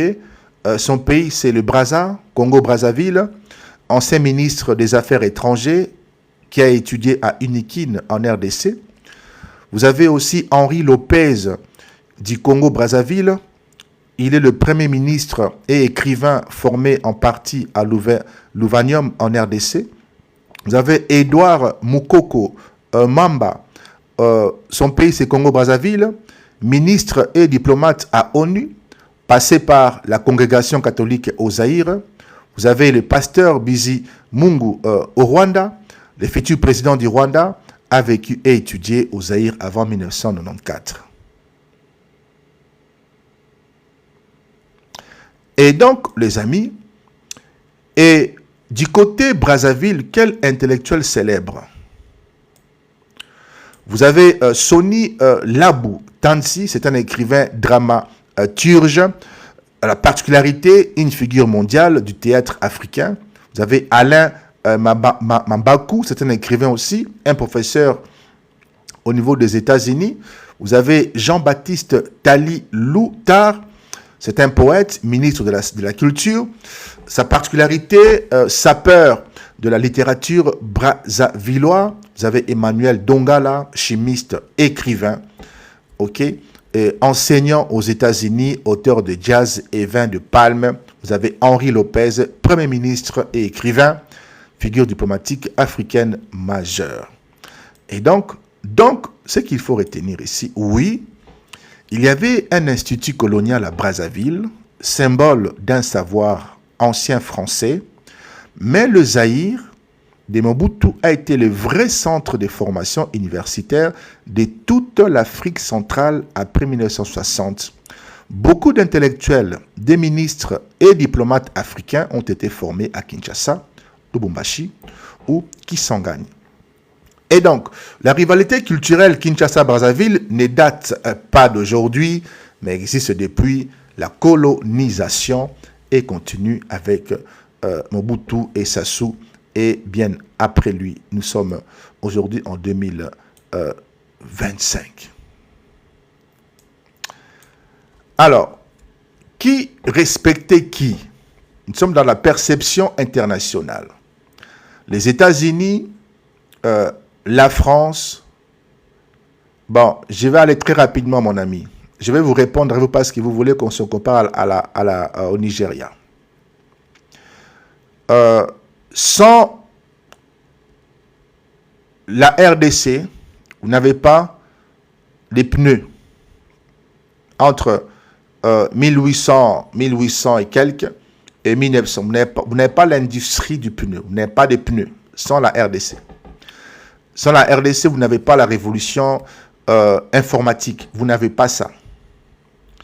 OK? Sans la RDC, vous n'avez pas la transition énergétique aujourd'hui. Donc, s'il faut faire une comparaison par rapport à un pays qui a été le socle de la révolution mondiale, et sans ce pays, nous ne serions pas en train de discuter comme nous le faisons aujourd'hui, c'est la RDC. Donc, Nigeria, s'il faut comparer le pays puissant, le pays fort, le pays qui a changé, qui a bouleversé le monde, je ne peux pas comparer le Nigeria et le Congo. Le Congo est de loin supérieur, s'il faut comparer. D'accord? Ok, mon ami. Donc, quand on parle aujourd'hui de la transition énergétique, on ne parle pas de Nigeria. Quand on parle de 70% de cobalt nécessaire pour la transition énergétique, Nigeria n'est pas là. Nigeria, nous parlons de son pétrole.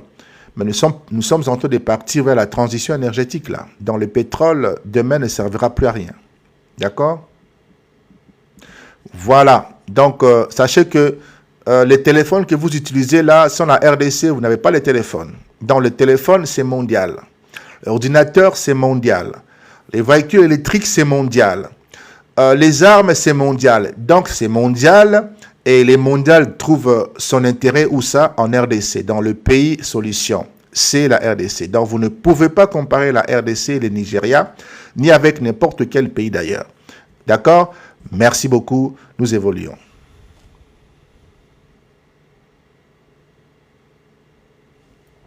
Je ne vous parle pas du pétrole. Je vous parle de la transition énergétique. Voilà. Alors, ce chapitre répond à une question précise, très précise. Entre Mobutu et Sassou Nguesso, lesquels étaient respectés, craints, utilisés ou tolérés, comment Washington, Paris, Pékin, l'Afrique voyaient ces deux hommes, ces deux messieurs. Nous commençons d'abord. Mobutu, respecté, utilisé, puis lâché. Et je pense que cet élément va vous faire plaisir.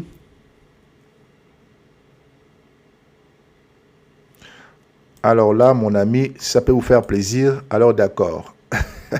D'accord. Je vous le concède que le Congo-Brazza fournit l'électricité au Zaïre, donc RDC, d'accord. Je vous le concède, si ça peut vous faire plaisir.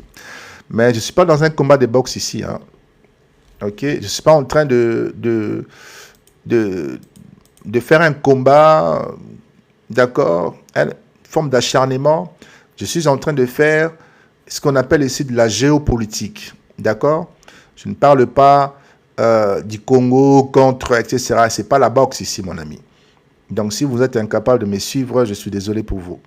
Si vous ne comprenez pas que demain, je pourrais parler du Rwanda contre l'Ouganda, je pourrais parler du Congo, de l'Angola contre l'Afrique du Sud, je pourrais parler de ça.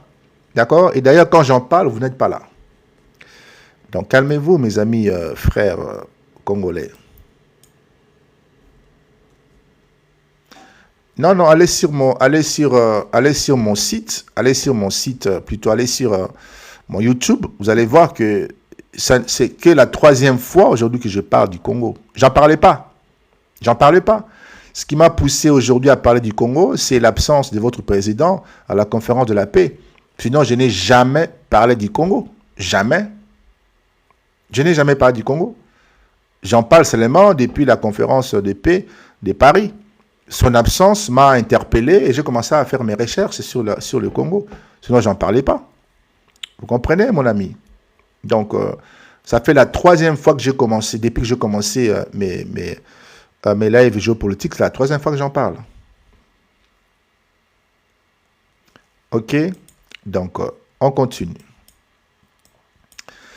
Les amis, nous comprenons ici ceci. Une chose est très sûre. Mobutu, respecté, utilisé, puis lâché. Pourquoi Mobutu était très respecté entre 1965 et 1989? Pourquoi? Il était utile contre le communisme en Afrique pendant la guerre froide. Il contrôlait un pays immensément immense et stratégique. L'uranium d'Hiroshima venait du Congo, belge, cobalt pour avions, cuivre pour des industries. Il jouait le médiateur africain en Angola, au Tchad, au Rwanda, au Mozambique, un peu partout en Afrique centrale. Et il savait parler à tout le monde. Et donc, il était à Washington. Je suis votre rempart anticommuniste, déclarait Mobutu. En Afrique, la décolonisation, la dignité noire à l'ONU, nouvelle ordre mondiale plus juste. Donc Mobutu ne parlait pas que du Zaïre, Mobutu parlait de l'Afrique. Il défendait tous les pays africains, même au Moyen-Orient.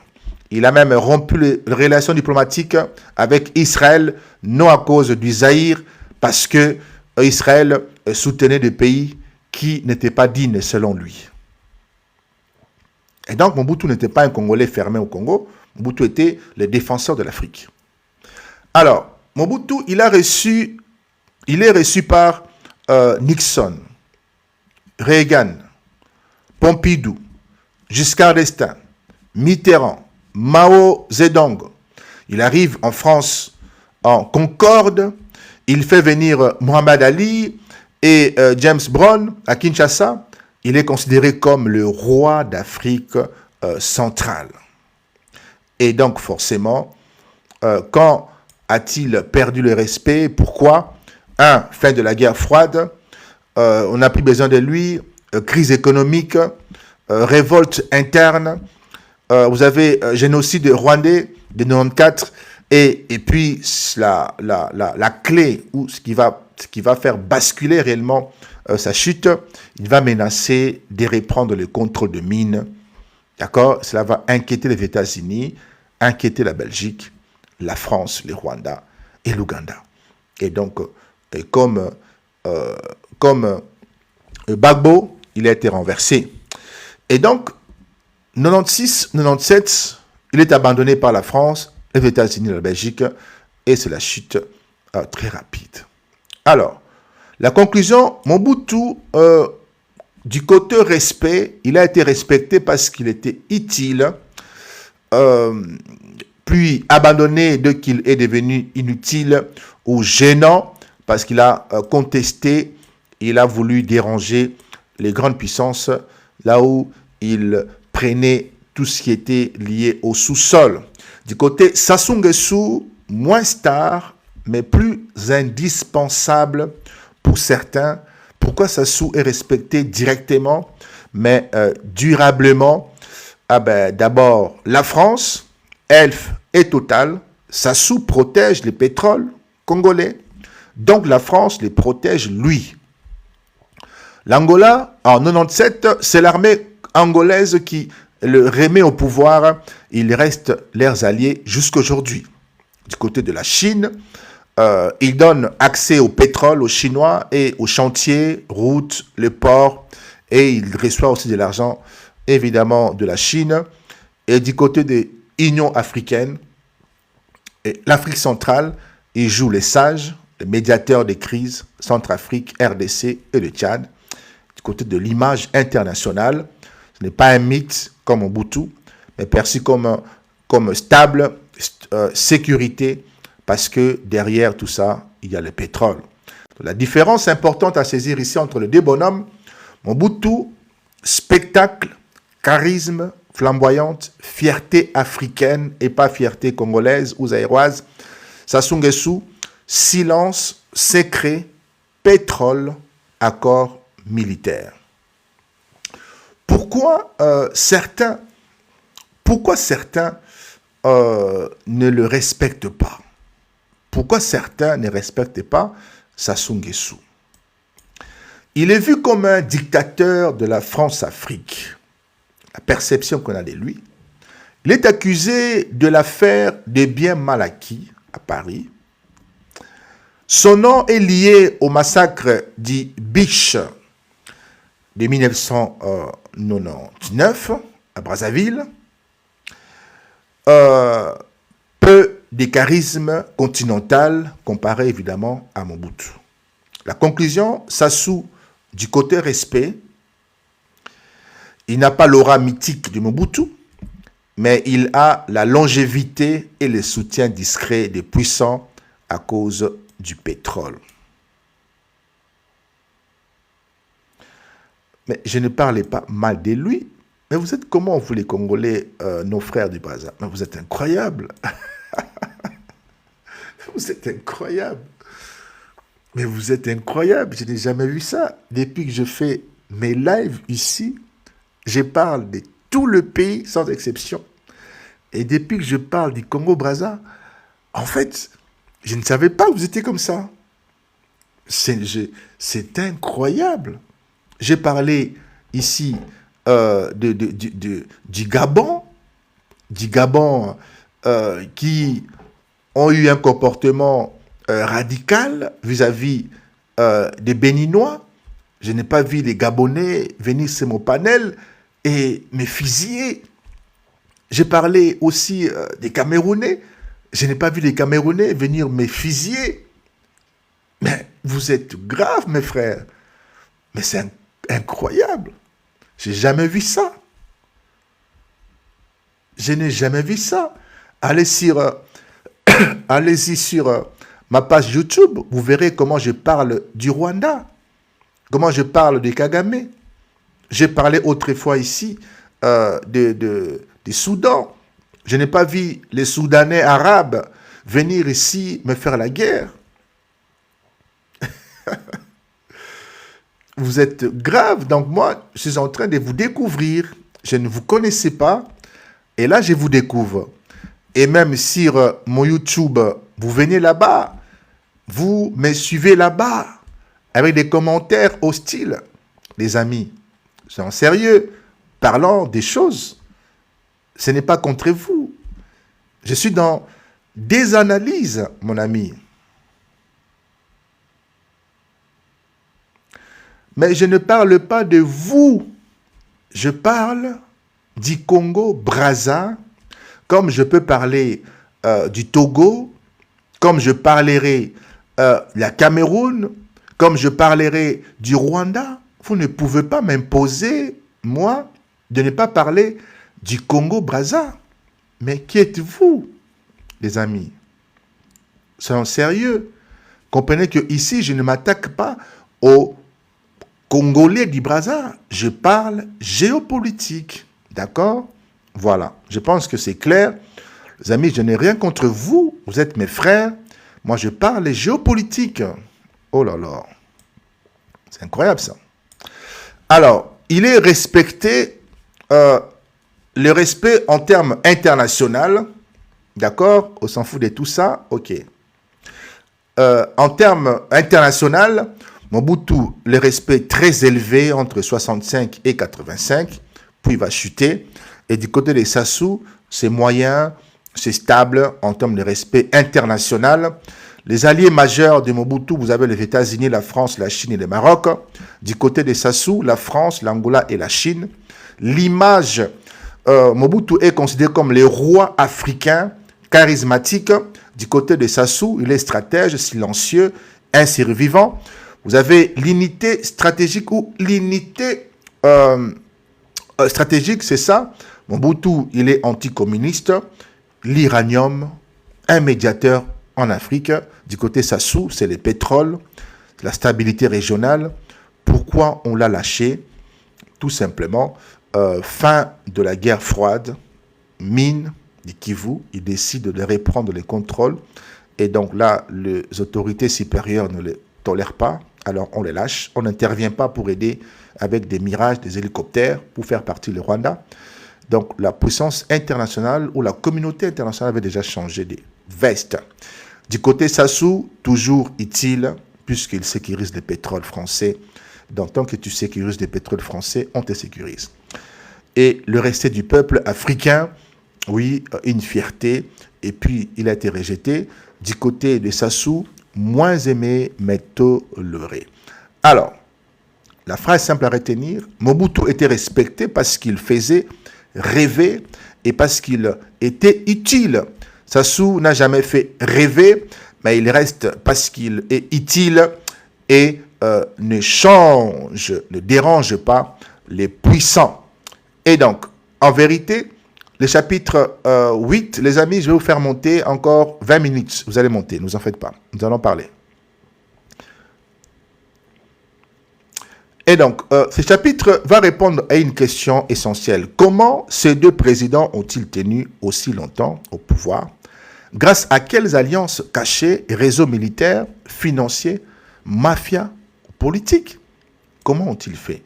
Mobutu, le roi des réseaux africains, est étranger. Mobutu gouverne 32 ans, non pas seulement grâce à son armée, mais grâce à un système de relations personnelles, de fidélité achetée et de services rendus. Des réseaux africains. Il y a ce qu'on a appelé autrefois le club de présidents amis, dont Mobutu était le génie. Et donc Mobutu était le centre d'un groupe informel de chefs d'État africains liés par les échanges d'argent, les soutiens militaires ici et le pacte secret. Et donc, qui sont ces différents chefs d'État dont Mobutu avait pris le contrôle idéologiquement parlant? Vous avez au fait Boigny du Côte d'Ivoire, un frère politique dans les conseils, argent mutuel, donc il s'est respecté très bien. Vous avez Omar Bongo du Gabon, la rente pétrolière, soutien militaire, zaïroise évidemment. Vous avez Eyandema du Togo, des coopérations militaires, Hassan II au Maroc, des formations des services secrets zaïrois. Vous avez Abiyarimana, rwandais, du Rwanda, des pactes de sécurité dans les Grands Lacs. Vous avez Jonas Savimbi de Inita, l'Angola, une rébellion financée par Mobutu. Vous avez Oden et Roberto de l'Angola, beau-frère de Mobutu, plus base arrière au Zaïre. Dans toutes ces personnes ici, c'était un cercle. Mobutu était leur banquier, médiateur et parfois protecteur. Et donc, des réseaux en Occident, la France-Afrique, la CIA, les Vaticans. Mobutu s'est entouré d'une alliance très puissante entre la France, Giscard d'Estaing, des Mitterrand, via Elf, armée, des réseaux de Jacques Foccart, les États-Unis, la CIA, de Reagan, de Nixon, et anticommunisme, base militaire à Kamina et à Kitona. Au niveau des Vaticans et l'Église catholique, la légitimité morale face aux communistes.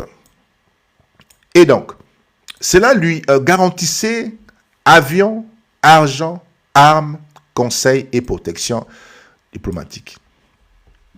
Mobutu avait un système appelé le clientélisme, payer la loyauté avec des postes et de richesses.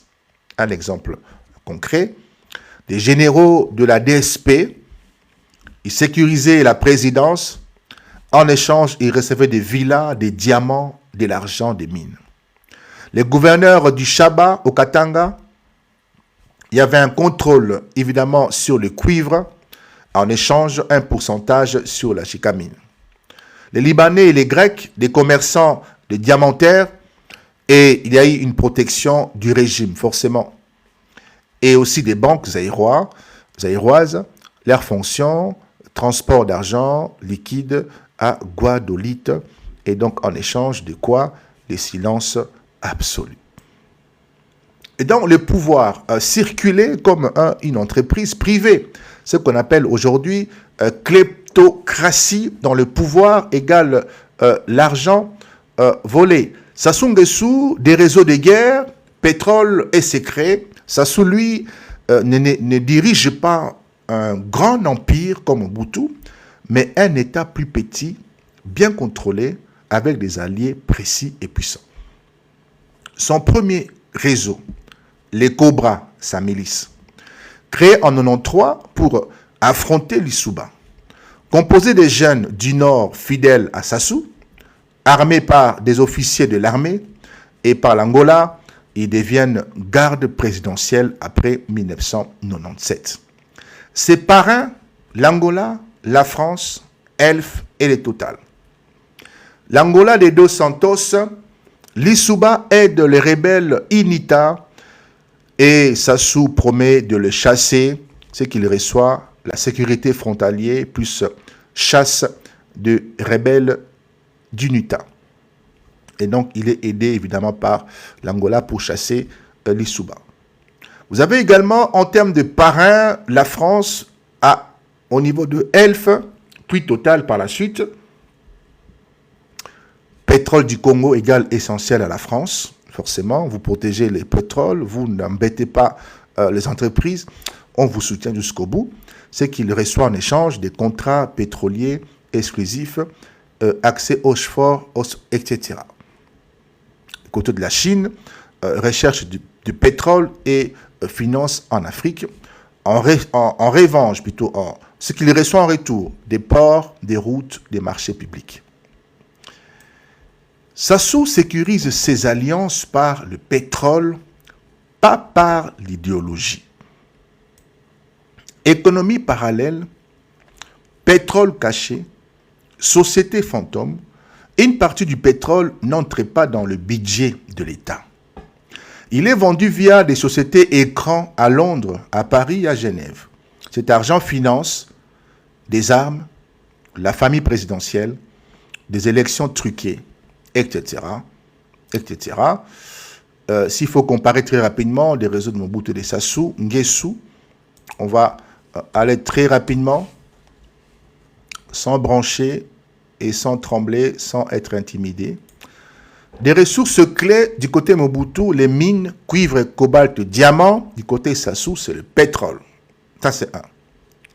Des réseaux étrangers, États-Unis, la France, Vatican, Chine du côté Mobutu. La France, l'Angola et Chine côté Sassou. Des alliances africaines, Ofabwani, Bongo, Osande, Eyadema et bien d'autres acteurs du côté de Sassou, Dos Santos, Bongo, tardivement. Et la mafia économique du côté de Mobutu, les diamants, Gécamine, corruption générale, etc. Et du côté de Sassou, pétrole, compte offshore et compagnie secrète.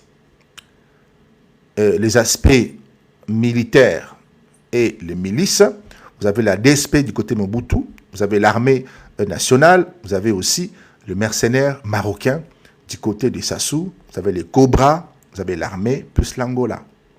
Le style triatal et charismatique pour Mobutu est stratégique, silencieuse pour Sassou Nguesso. La faiblesse finale, trop grand, trop d'ennemis, fin des guerres froides. Du côté de Sassou, petit pays, bien verrouillé, pétrole stable. Et donc, à retenir ici, Mobutu avait un réseau de prestige et de diplomatie, mais trop vaste pour durer. Sassou a un réseau plus petit, mais soudé par le pétrole et les dénominateurs communs, les armes et le secret. Et c'est pour cela qu'il tient encore jusqu'à aujourd'hui. Parce qu'il n'embête pas les grandes entreprises, il ne revoit jamais les contrats avec ceux-là. Pourquoi Mobutu tombe, mais Sassou reste? Comprendre pourquoi deux présidents qui se ressemblent par certains aspects ont eu un destin totalement différent. Vous avez compris que éléments clés, conjoncture mondiale, guerre froide, États-Unis, Europe ont besoin des alliés anticommunistes et vous avez du côté des Sassou, 91, plus de guerre du tout, le monde dominé par les États-Unis, la FMI et l'ONU, les choses changent. Les changements du monde, URSS disparaît en 91, Mobutu devient inutile et Sassou revient au pouvoir en 97, déjà en plein nouvel ordre mondial. Réaction personnelle, Mobutu refuse de lâcher le pouvoir, veut rester le centre du jeu.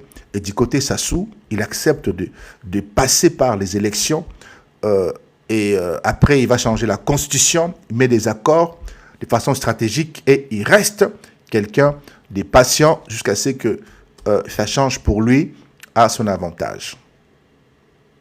Les amis, la cause, fin de la guerre froide, vous l'avez compris, on n'a plus besoin de Mobutu.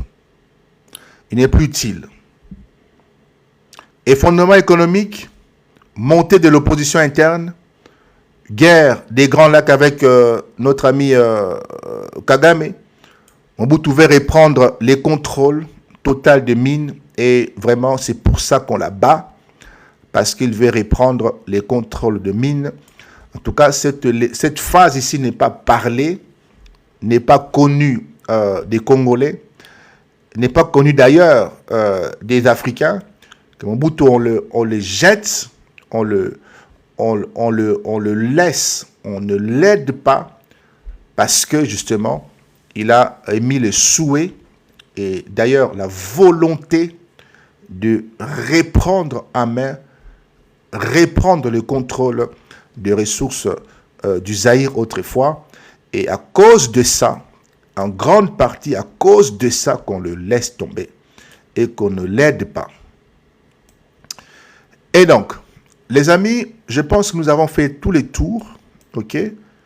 On va s'arrêter là pour aujourd'hui. Il est 23h42. Nous avons comparé les deux positions. Il n'y a plus grand-chose à dire sur ça. Alors, je vois qu'il y a une personne qui veut monter. Kagame, il faut Azwa. et une personne qui veut monter. Alors, mes chers Congolais, moi je n'ai pas de conflit avec vous. D'accord? Donc, avec personne d'ailleurs. Oui, bonjour, monsieur. Bonsoir, monsieur. Bonsoir, mon ami. Vous allez bien, Oui, j'espère. oui, je vais bien, merci, ouais. En fait, je suis juste monté pour donner mon point de vue Ok. par rapport à la thématique. En fait, ouais, vous comparez deux présidents de deux pays voisins Oui. qui portent le même nom, mais le problème, moi, je n'ai pas trop la même lecture que vous, quoi. Ce que je voulais dire, c'est que vous avez un président, Mobutu, et vous avez de l'autre côté, vous avez Sassou. Bon, déjà Mobutu, il est parti du pouvoir Déjà Mobutu, il est parti du pouvoir En quand il part du 97. pouvoir, ouais, en 97. Ouais. Et lorsque son régime tombe, en mai, je pense, et un mois après, il y a la guerre civile à Brazzaville,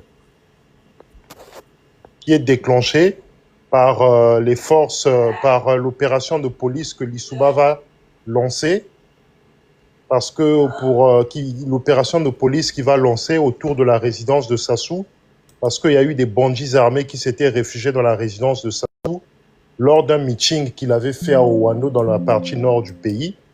Il y Ok. avait eu du désordre là-bas et Sassou, au lieu de les livrer à la police, ben, il les a gardés chez eux. Donc c'est là où c'est à ce moment-là que le conflit a commencé. Bon, il faut se dire que Sassou, il a toujours été l'homme des services secrets de la France. Il a beaucoup travaillé pour la France et le véritable révolutionnaire du Congo, donc de la République du Congo, c'était Marien Ngouabi. Marien Ngouabi, c'était un révolutionnaire parce qu'il était contre l'impérialisme occidental. Et il avait face à lui un traître. Le traître qu'il avait face à lui, c'était Mobutu. Donc il y avait une sorte de jalousie de Mobutu face à Marien Ngouabi. Par rapport à quoi? Parce que Mobutu, c'était l'esclave des Américains et il avait une idéologie américano-occidentale. Mobutu Et était un non-aligné ou bien Mobutu était un esclave des Américains? non, Mobutu n'était pas un non-aligné, Mobutu était l'homme de la CIA. Pour preuve, lorsqu'il y a eu la guerre de l'Angola, Mobutu soutenait le rebelle Savimbi, tandis que Marien Ngouabi, lui, était pour l'indépendance totale de l'Angola. Si bien que quand les Cubains vont lancer l'opération Carleto, les troupes cubaines vont transiter via le Cabinda, ils vont stationner à Pointe-Noire, ils vont stationner tous sur la partie de Dolisie et toute cette partie sud de la République du Congo a été la base arrière de la résistance du MNL, comment c'était MPLA, pardon, du MPLA. Pendant que Mobutu, lui, soutenait la scission de l'Angola avec l'UNITA de Savimbi et le FNLA. Le FNLA, c'était une autre branche